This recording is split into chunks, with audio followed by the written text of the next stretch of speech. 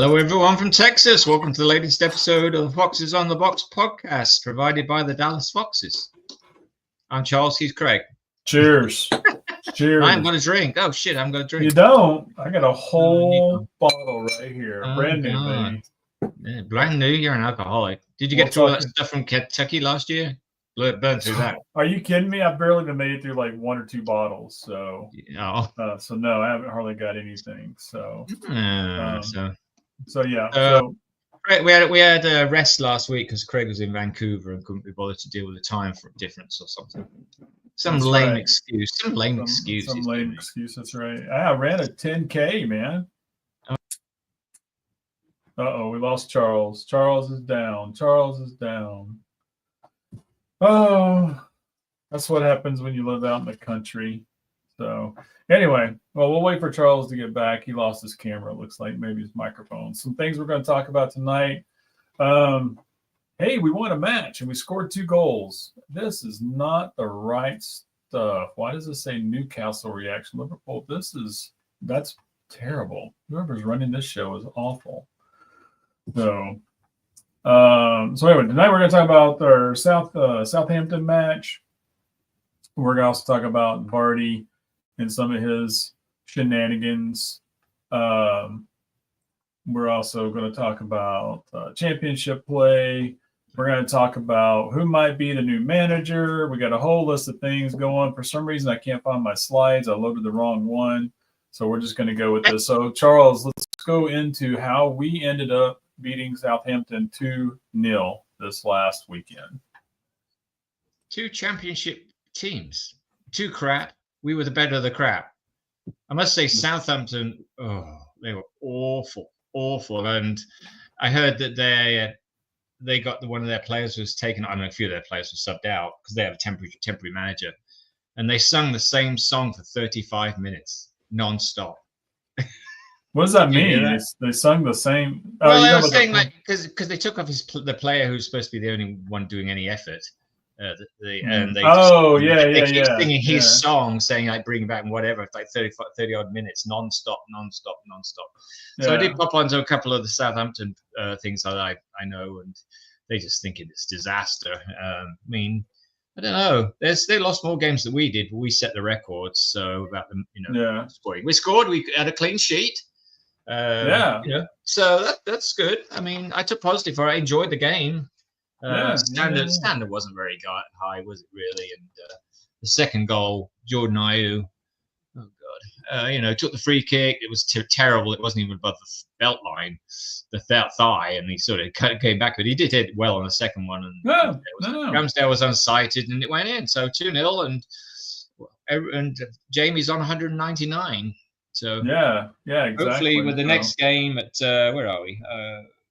Ipswich. Forest.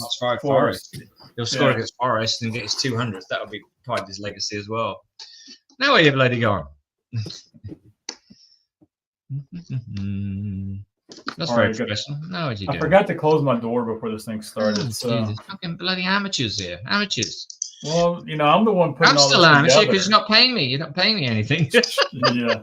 Well, as soon as we start making money off this, you can start earning a paycheck, the retired guy. So all right. Let me see if I got the right slides loaded now. Look at there. Yeah, Leicester wins a match. We scored 2 goals at home. It's a Vardy farewell party. We're going to do a little manager talking. I actually want to talk a little championship while we're going in here. But this was our lineup right here against Southampton. So cheers to this lineup right here. Yeah, Fast shouldn't be there. Well, we know that. But let's talk about the positives. Skip didn't play with Ayew, didn't play with shit. Anyway, but good game one. Let's go home. So it's funny you talk about that because Fast shouldn't be there, blah, blah. Skip didn't have a very good game. Bilal had a decent game, but Ayew other than the free kick. But yet they won. So is that a indictment of how bad Southampton is? I mean, Southampton were awful. I mean, it did break that. I guess I'll give Van Nistelrooy the benefit of the doubt. He needed to break that run of so many losses without scoring. So, but the next game, I don't want to see hardly any of these people who are not going to be there. Next 3 games, I don't want to see half that team playing. To tell the truth. Yeah, because they can't be bothered or they won't be here. So obviously, Stolarczyk will be in goal. Yep. I don't want Fast to play. Kelly can play. I don't know. He'll probably be here next year. Yeah, probably. So. Keep Skip, drop Ayew, and a few others. Well, so real quickly, it's good that Stolarczyk's playing because he's going to be here next year. Mads is, and whether Mads had surgery or not, it's good. He's playing, right, and getting the experience. And if you look on here, we know Ndidi's probably going to be gone. There's a good chance El Khanous is going to be gone. We know Vardy's be gone, but Vardy's a whole nother subject, right? So, why aren't we playing the guys who are probably going to be here next year or the younger guys to get them experience? Yeah, right? In which they did bring all three of them in off the bench. The only problem is what Golding got about 30 seconds. Yeah. Or Evans. I don't remember whoever. Some one of them got like 30 seconds. That was it. So Golding didn't get it. Yeah, he was 94. It seemed to be like 30 seconds, but he got 90 fucking. It's not worth it. So, but no, it's not. Again, why do you take off Bilal and bring on Soumare? Soumare's not going to be here next year, so I don't want him near the team. Anyway, that's Van Nistelrooy for you. Hope to God he leaves or get rid of him, but I don't know. Well, you could claim he brought Soumare in for to help from a defensive measure or something like that, because he's probably a little bit bigger on the ball. Stop sucking up to him. He's terrible manager, worst manager I'm we've ever just known. Saying, I'm trying to guess what he's thinking. So Bilal El Khanous obviously has a buyout clause, we think, and it's going to be like 26 million. But I brought this up on Lox's pod today. Do you know who Bilal's agency is? No. It's his mother. Okay. So Rudkin was negotiating with Bilal's mother to get him over the line, but he still seemed to have a buyout clause built into the fucking thing. I mean, good God, whoever did that. I mean, I know we wanted him, but anyway, apparently not. Apparently she's not his agent anymore. He's just changed, which is scary, which means he's looking for it. He's looking for a club. So he needs somebody else to negotiate for him other than somebody his mom. with a better contact. Which I was hoping we were going to keep him, but probably not. Well, we're gonna sell whoever we get money for, right? We're gonna sell our we need money. We're gonna need cash. We need cash flow. So that's when the Mads is gonna be gone. El Khanous is gonna be gone. Right? Well, I brought this up again like a couple of weeks ago or whatever, or last week. I think not last week. That's on another pod. That the goalkeepers. Try not to be pessimistic or trying to whatever. But goalkeepers aren't worth a lot usually. They should be, but they're not really, unless you take Kappa goes to Chelsea for 70 million world record. But Ramsdale is going to be on the market for Southampton, so he's going to be in there. And I'm trying to think who wants these goalkeepers. I hope that's not going to keep the price down, because we want at least 30-odd million for Mads.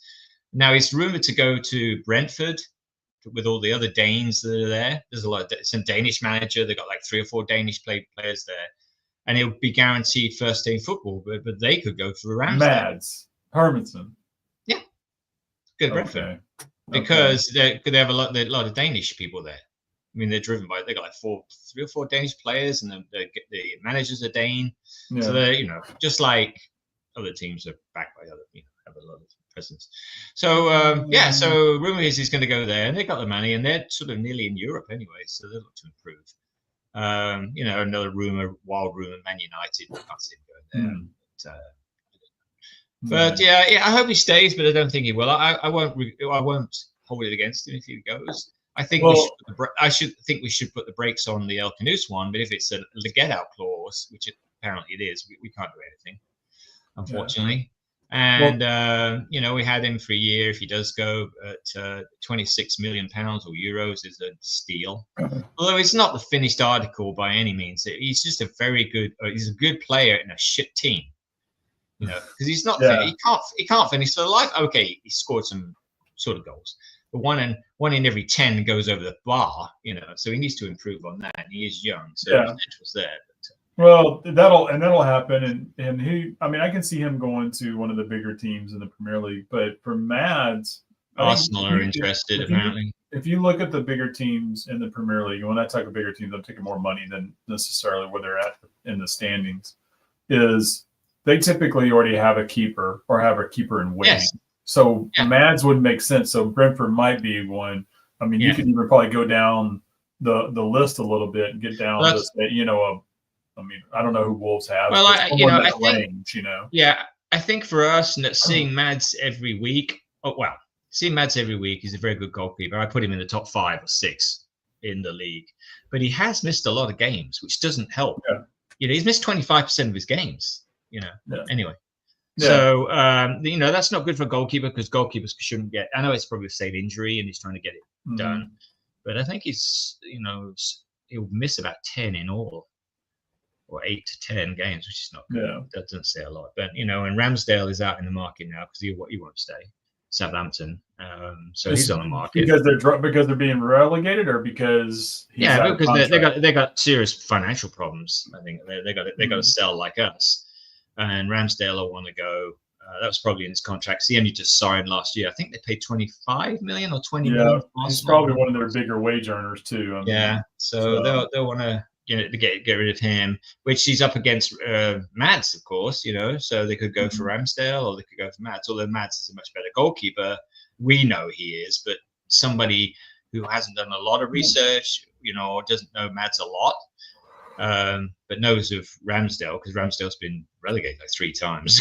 But he doesn't say he's got a lot more experience in the Premier League. Yeah, more experience. He's English and all that stuff. So I don't know. English, like that means anything.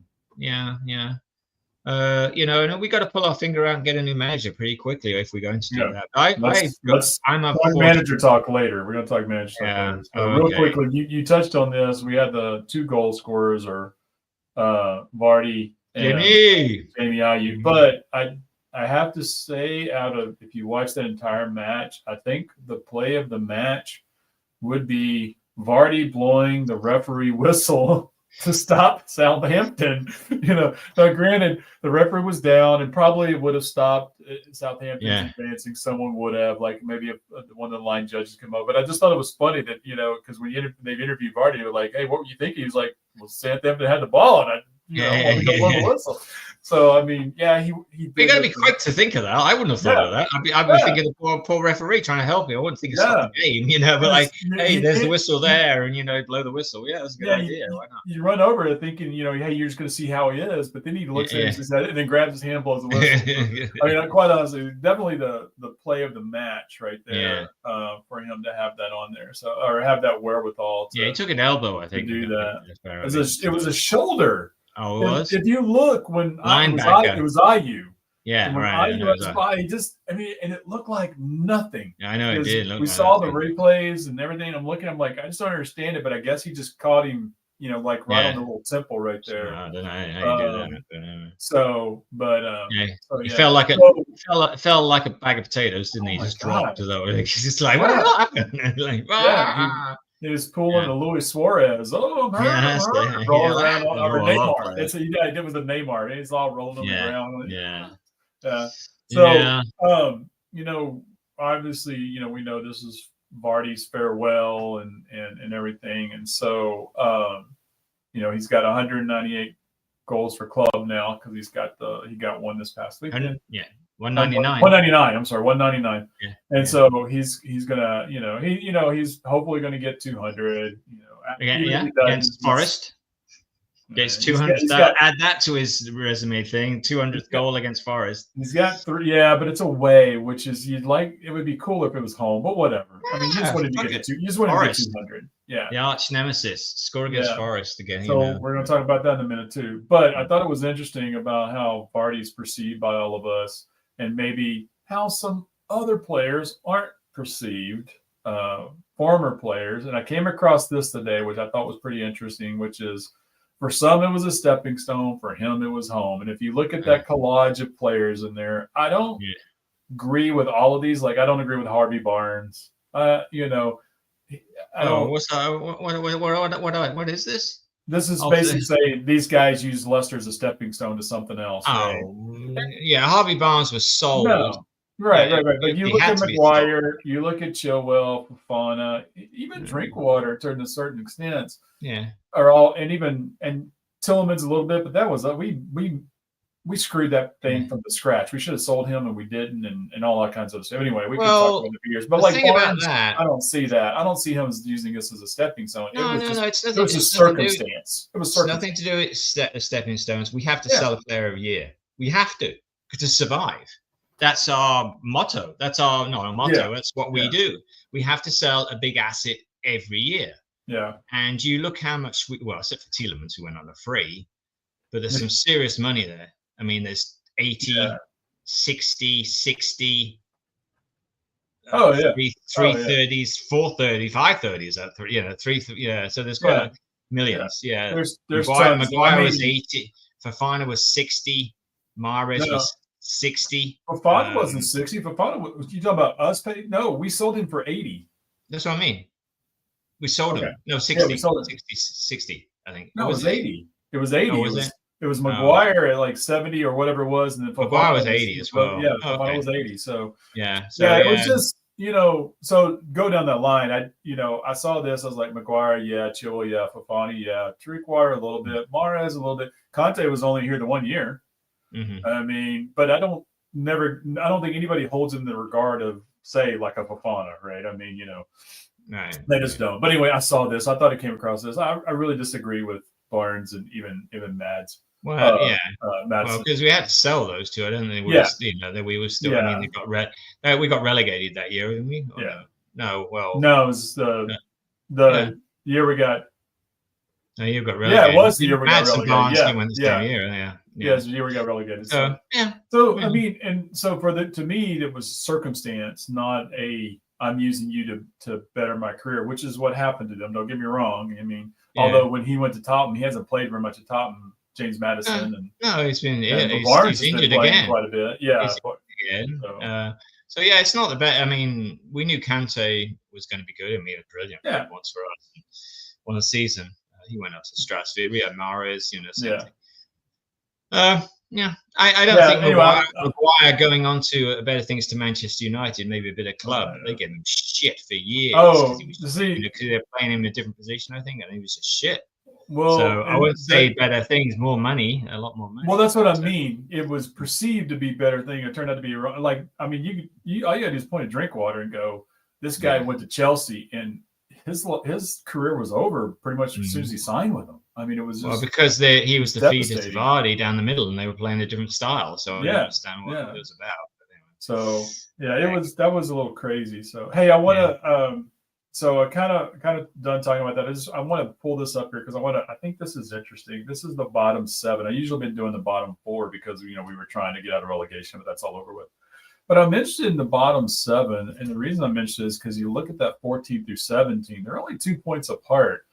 Mm-hmm. I mean, and it could be so bad that United or Spurs can end up 17th and 16th to 7. I mean, pretty damn near the lowest they've ever been before. So I think that's now that the relegation battle's over. I think this is so much more interesting to watch when we're watching Premier League matches every weekend. Is what's happening with Spurs and United, who are big 6, and yet they're down in the bottom half of the table. Yeah, they're probably. And where are they going to end up? Yeah, I don't know. I've switched to the Championship now. With those playoffs is going to be good, and the relegation was Luton got relegated. I had my hats on that. They weren't, but they'd won 3 recently, but tried to get out of it. Ran out of steam in the end, and they were soundly. I saw the goals against West Brom, and they were awful. So I watched I watched that the other morning because they all came on at 6:30 in the morning, if I remember right. Here, and so I was flipping back and forth between the Leeds match and the Leeds match and the Luton match. I was kind of switching back and forth between those two all morning. So it was really interesting. I mean, once again, of course, turn that off. Without it, So it's $20. It's funny. Actually, it wasn't that bad. What's funny is that you just saw how, with it being the last match and what was on the line, all the effort that these players were putting into it. You're thinking, okay, why aren't you doing that every week, right? Why isn't every game perceived to be the game that's going to keep you up in the championship or out of relegation or get you promoted? Because you can look back on it. I'm sure Luke can look back on it and go, here's 5 games where we dropped a point where we shouldn't have that would have kept us in the league. So why aren't they doing that every week? And why is the last day of the match, last day of the season like that? Just the balls crazy excitement. So that was the one thing about that I really liked on Saturday. That's a long season, and they changed managers and styles and all that stuff. It's and then I think, they realize that, oh shit, we've got to take a pay cut because it's probably in a contract that the pay cut shit, and it's too late. With us, I mean, we're still playing shit, but we've had 2 bad managers,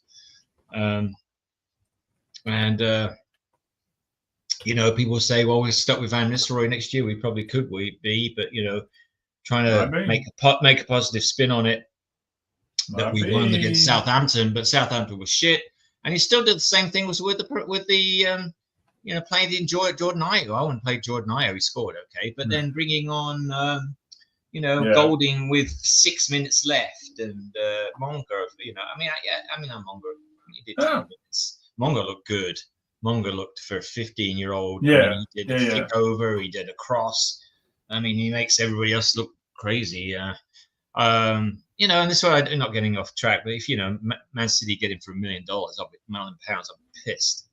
Because I don't think he's signed a contract yet, has he? I don't know. There's some sort of rule because he's still at school. Can't. Yeah. Employ him. Well, then there was a thing that came out the other day that he had gone on social media and basically said, "Yeah, as soon as I turn 16, I'm re-signing with Leicester."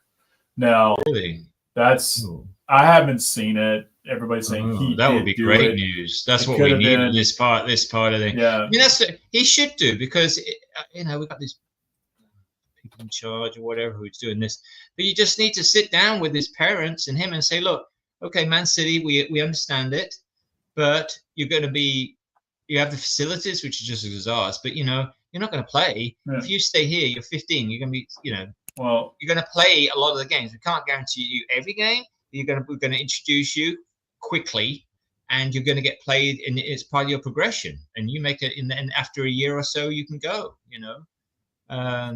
but it's part of your development, because he doesn't turn 16. He doesn't turn 16 till October. No, yeah. So, but it's still part. You'll be playing in front of 30,000 spectators, nearly that, every week. That's good for it. You build the pressure up. If you go and play for Man City, you'll be playing in front of like 1,500. In their under 21s or whatever. If that, and that's okay. You can learn the basics, but you need experience. You need experience playing in front of a crowd. And that'd be good for him. That's better than going to Man City. So that's my argument. I try and do it that way, and hope he stays. He's a Leicester boy, and his parents live here. Obviously, I would have thought they do live in Leicester. So why go to Manchester and all that crap? And I hope he stays at least for a year or two. Hey, something you just mentioned about being into the playoff matches, the play-in matches in the championship. I didn't realize it was multi-leg, right? So they play. Yes. They play Thursday, Friday this week, and then they turn around and play Monday, Tuesday. And so cool thing is there's matches on Thursday and Friday afternoon, and Monday, Tuesday afternoon. Monday and Tuesday I'm not going to be able to watch it because I'm going to be working, but Thursday and Friday I'm working too, but I can probably at least have it on the TV or something. The man's not Forest game is on Peacock. I'll probably go anyway this time, whether it's I have to look. I'm out of town, so you are? Yeah. I'm flying Sunday, so I'll be out of town. But I'll look. It's Sunday, right? The rest of the matches are all on Sunday. Yeah. For the rest of the season. So I'll probably go to the. Well, shit! I'll have to check with Barry on that. Yeah. Okay. All right. Yeah, you have to because it's at 8 o'clock in the morning, and you don't know Colville. I think so. Is it 8? I think it's 8 in the morning, and I don't think Colville's going to be open. So you're going to have to deal with that. So all right. So a few more things. We were talking about this, and you brought this up, and I kind of stopped you. It's like, all right, who's odds on for being our next manager? I mean, right now, I really think the way things are going, it seems like it's gonna be Van Nistelrooy. Yeah, unfortunately. Yeah. Yeah. They want that guy from Sheffield Wednesday, but I think, Southampton are really crawling all over him because they haven't even got a manager anyway to get rid of. So they're ahead of us. But does he want to go there? Because it was a train wreck. Their team is a train wreck at the moment. Totally lost. Yeah. But they're going to lose a lot of players. Ramsdale will go and a few other Walker Peters might go. So they're going to be a rebuild as well. So they're not looking good either. So yes, unless they think out of the hat and try and get somebody in, but again, we could be. It looks like my reading of it from outside is it looks like they're going to hold on to him until at least the beginning of June. That's way too late because the June is the financials. Yeah. Because he's not going to quit. He should quit. He should fall on his sword. He should, but he's not doing that. Which fuck him. He's rich enough anyway. But he should fall on his sword. He obviously. Confidence feels like he can, they'll do their homework like they did last year, like 2 years ago. We got relegated. They all sit around until nobody gets fired. He'll gate crash that probably, or they'll invite him to the marking their own homework, and they'll just say, "Oh, I've still got contacts at Man United and PSV, and I can get these loans in, and blah blah blah." But the trouble is, if we start off first 10 games and he's lost 7 of them. It's going to be riot. It's going to be fucking riot, and then we're going to be really screwed. And then it's the same thing that happened. See, that's the trouble. It's very crucial of what we're going to do. I got a feeling they're going to stick with him, unfortunately, and just take the gamble. But that scares me because I am not a fan of this guy, and I'm not. I didn't want him in the first place. That's a big mistake. We got rid of Cooper. Okay, everybody was against Cooper, and he wasn't making. They changed the football. Shouldn't have changed the style of football. They changed the style of football. He's playing some weird substitutions.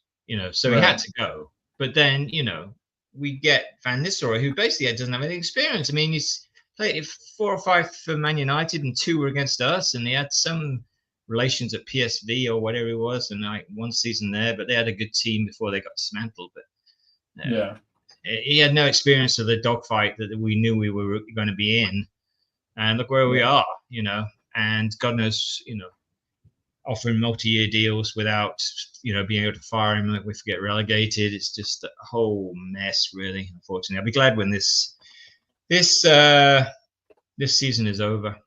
So and if you look at this, it's so bad. Again, we spoke about this before. Last season, 3 teams went up, they came down again. This season, 3 teams went up, the same 3 teams came down again. That's not good for the Premier League. But also, the embarrassing thing is, between Ipswich and West Ham, it's like 15 points gap. I mean, we are so down. It's not just one team that sucks. It's 3 teams that suck. I mean, big time. We all suck. So you get that right there. Yeah, I mean, what is it? Yeah, it's 15. 15 points, which is ludicrous. And, we've got 3 games to go, and everybody knew everybody was relegated. You've got 5 games to go, which is boring. We're just playing out dead rubbers. No. The only thing we're trying to do is catch Ipswich so we get a couple of $1 million extra by finishing above them. That's all we're playing for. Okay, it's still, but... it's not like what are we? Well, and we're only. I mean, we're 1 point now, so that match in a week from Sunday is actually going to be really big. So. Yeah, and that's at home. Yeah, so a couple of names just to throw out a few things. Obviously, you mentioned the guy. What's his name? Danny Royal from Sheffield Wednesday.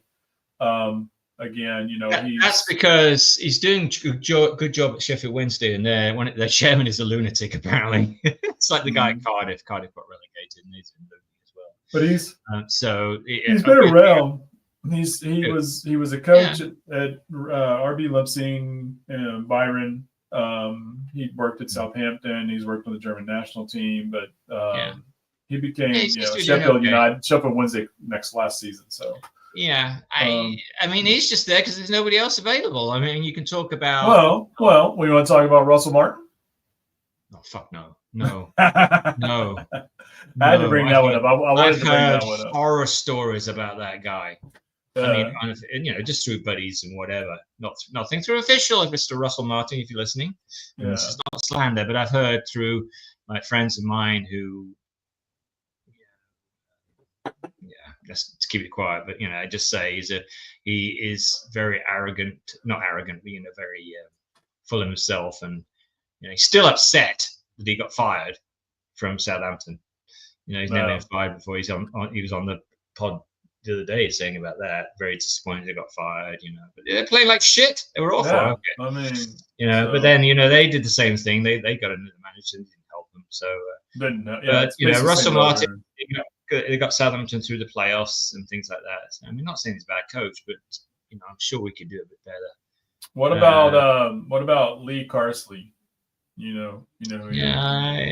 okay. I mean, really, he's got experience with 21s and stuff like that, but nothing really. I mean, it's sort of if you're going to go down that road, I'll go for Will Still over at Lens. But again, I mean, I don't know why that's thing. He just, he seems to interview very well. He talks very well. His teams play quite well. I think they're like 8th in the French league or whatever they are. Not doing okay, but just anyway. I mean, that's how bad we are. I mean, it's like thinking, who else can we get? Unless somebody comes up with another Enzo, because nobody ever heard of Enzo before he joined us. So unless we can get one of those, like a number 2. But Enzo was a Pep guy. Yeah, he's number 2. It wasn't like he was under the radar or anything. People knew who he was. Experience-wise, he wasn't making the decisions that Pep was. And he was just backing him up, and he had a bit to do with the juniors as well, I think. So, but it's a big step up to take a team. But we did have the best team with the biggest salaries in the championship last year. Don't forget that. Right. And we thought everything was rosy, and we won like 17 out of 20 games. First 17 out of 20 we won. We're 17 points clear, and then the wheels fell off the fucking bus. And we just won the whole thing by a point. Well, I think by 5, but it was a bit of a nerve-wracking. I remember we went to Plymouth and got battered. I mean, there were some scary ones in there. All right, so we got one more. This is actually, I found this. This is actually posted today, about 6 hours ago. And again, it's another rumor. You know how rumors are, right? Yeah, it's rumor. Liam Manning from Bristol City. I saw that. That was on Jack's podcast. Well, was it? Yeah, I just came across that. I don't know. I think I'm going to see Leroy Rossignol. I wouldn't mind Leroy Rossignol again. That would be a good one. But he's employed somewhere. And Manning. And there's also, I think somebody got canned today. Oh yeah, it was the guy at. It was the guy at. Watford. Yeah, the guy at Watford got canned today. No. Surprise, surprise. Yeah, with their lunatic owners. Yeah. But there's another guy. Oh, the guy at Hull is supposed to be getting let go as well. But you don't want to. I mean, Lee Carsley, no. I mean, I'd take him, give him a chance, but I don't think he's the right guy. Manning at Bristol City, I just don't know much about it, to tell the truth. I don't know why it's come up, or he's got a job, and what. I mean, Bristol City finished. We can give him a better job. I mean, come on.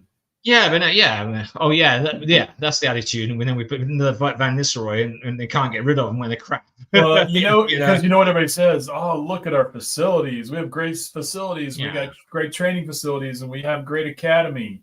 Yeah. Yeah, well, you got to do that because it's the only positive we have. That's what I mean. We have a nice owner. Leicester's a shithole. Every time when we've talked about this before, we've talked about it. We've talked about it amongst ourselves when we're watching matches. Is why would anyone come to Leicester? Well, they got great facilities. So I mean, well, it is good. You want to be in a position to win. No, but you still, it's. I mean, yeah. I mean, I you spend $100 million on a training facility, and all you can do is put a piece of shit team on the. Well, no, but they all, that was part of the learning, part of the building process to catch up with everybody else. But yeah, I mean, you'd rather work out. You don't want to be like Office Space, do you? Go to work and you're down in the basement, right? You'll be. If somebody said you're in the, you got a job and you're in the bottom, you're down in the basement, or you can go and work in. Some 50 tower downtown Dallas, you go, oh yeah, sure, that's better than that place. You got your own office, Craig, with your corner office and you the whole thing, or do you want to go in the basement? Yeah, exactly. So, all right. So something else I want to talk about before we get, I want to talk a little championship, right? Because we're going to be playing championship next year. Yeah. Oh shit. Yeah. So hey, do real favor because you're in the know. Who are Leicester's traditional rivals? Who are our natural rivals? And this is not a trick question. I'm asking. Oh, Derby. Derby. Okay. You mean like a derby? A derby well, team will be Derby. It could be a derby, whether it's a Midlands or who's. I mean, I was going to throw Forest in there. Forest are a big one, then Derby, and so it's people around us. But the only Midlands team, I think, I can't remember who's coming up. Or Oxford? No. I can't remember who's coming up. I know it's Wrexham and all that jazz. So yeah, it'll be Derby with the big Derby. Okay. Yeah, there's no real bad blood. Have you got the? What's that? So I pulled this slide up. This is someone predicting how the championship's going to finish next year. Oh right? Yeah, okay. This is the best slide I could find with the teams that are currently who are going to be in the championship. You see Wrexham right there. They got West Brom is like Wolves, that sort of area. Yeah, so there's no real rivalries. Well, there's Derby, right? Derby. So there's Derby there, but that's what I'm looking for is okay because this season or in the Premier League right now, it's really kind of been Forest. I mean, everybody's like, oh, what about Ipswich? Mm-hmm. Well, the only reason Ipswich is really rivals because we're battling to stay out of the bottom with them. Otherwise, they're not really a rival. But it really is it's kind of Forest. Villa because proximity, right? Mm-hmm. Yeah. But I'm thinking next year. I'm thinking next year in the championship, are we going to have a natural rival, or is it just going to be a proximity rival? There isn't a rival. It's proximity is Derby. Okay, that's it. The big one, if you go over there next year, the big one you want to go is the Anglican Derby, Ipswich against Norwich. That is massive. Okay. Yeah, that's a big one. Of course, Ipswich came up last year, but I think Norwich did the double over them anyway. Yeah. But Ipswich have had trouble beating Norwich, but there's a big rivalry there. Often thing, but for us, no, it's nothing.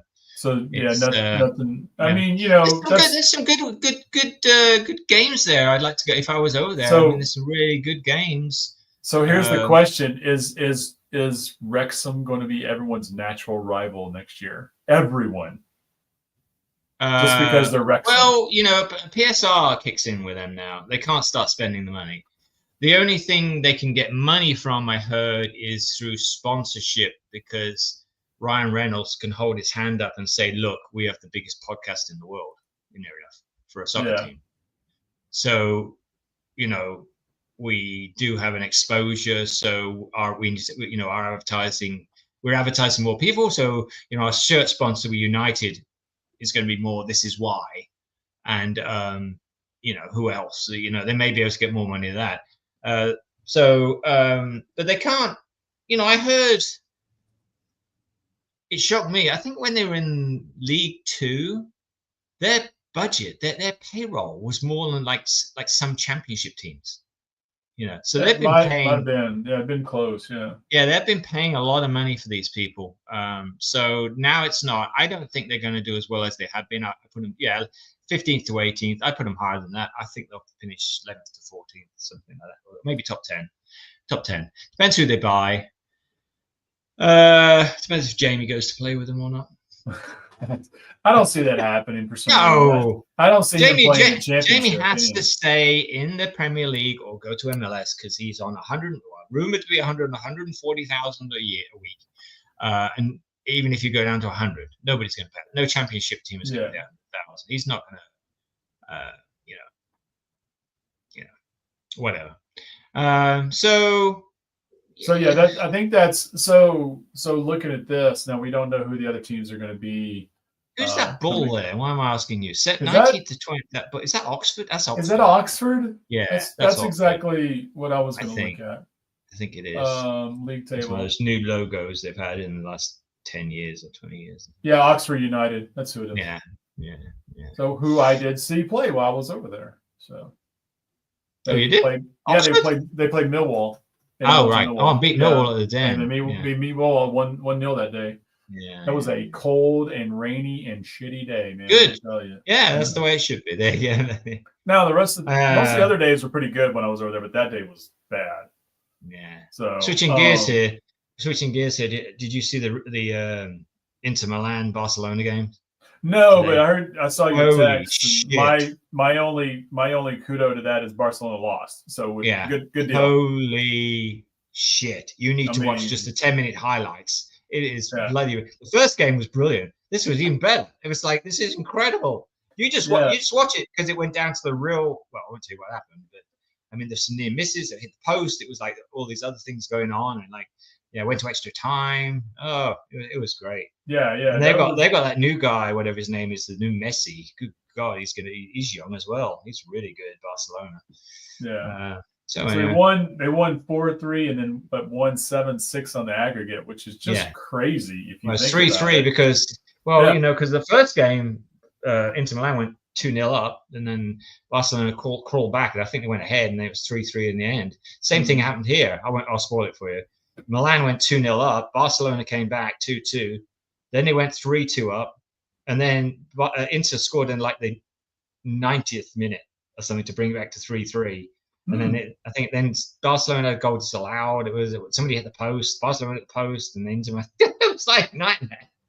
Well, it was like one hell of a game. Yeah. Tomorrow ought to be decent too with PSG and Arsenal. And PSG is 1-0 right now. Yeah, it's in Paris as well. And it is in Paris. That's the other problem. Yeah. So absolutely. So I mean, I gotta be honest, I'm gonna put this back up real quick. I'm pretty excited about championship play. I think it's a lot more. I don't know, for some reason last year when we were doing championship, obviously we were winning. I was a lot more into it.